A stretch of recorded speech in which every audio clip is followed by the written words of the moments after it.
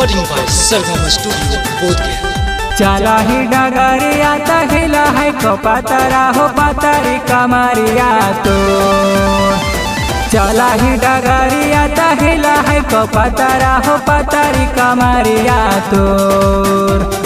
छाती पर से उड़ा ओढ़ाने आए रानिया ता धड़का हो दिलावा मोर छाती पर से उड़ा ओढ़ाने आए रानिया ता धड़का हो दिलावा मोर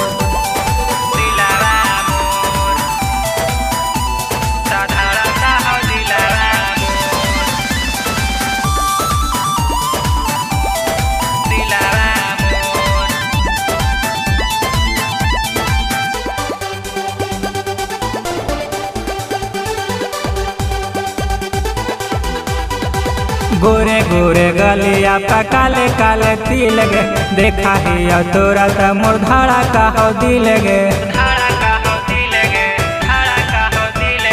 गोरे गोरे गलिया पे काले काले तिल गे देखा ही तोरा त मोर धड़ा का हो दिल गे सटल सलावार करवा है कमार बिगड़ल रहनिया तो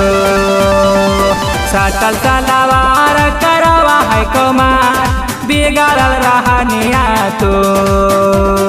छाती पर से उड़ा ओढ़निया रानिया ता धारा का हो दिलावा मोर छाती पर से उड़ा ओढ़निया रानिया ता धारा का हो दिलावा मोर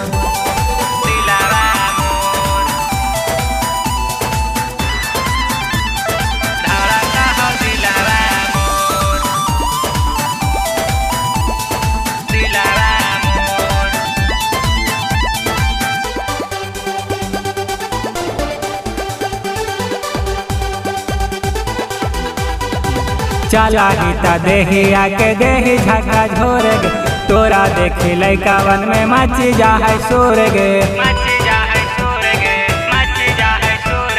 चला गीता देही आके देही झका झोर गे तोरा देखी लैका वन में मची जा है शोर गे संजय जी रंगीला के लिखो सिकिली पे खिला जाए तो जवानिया तो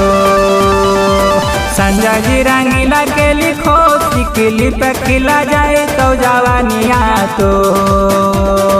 छाती पर से उड़ा ओढ़निया रानिया ता धारा का हो दिलावा मोर छाती पर से उड़ा ओढ़निया रानिया ता धारा का हो दिलावा मोर चला ही डगरिया तहिला है को पतरा हो पतरी कमरिया तो छाती पर से उड़ा ओढ़ाने आए रानिया ता धारा का हो दिलावा मोर छाती पर से उड़ा ओढ़ाने आए रानिया ता धारा का हो दिलावा मोर।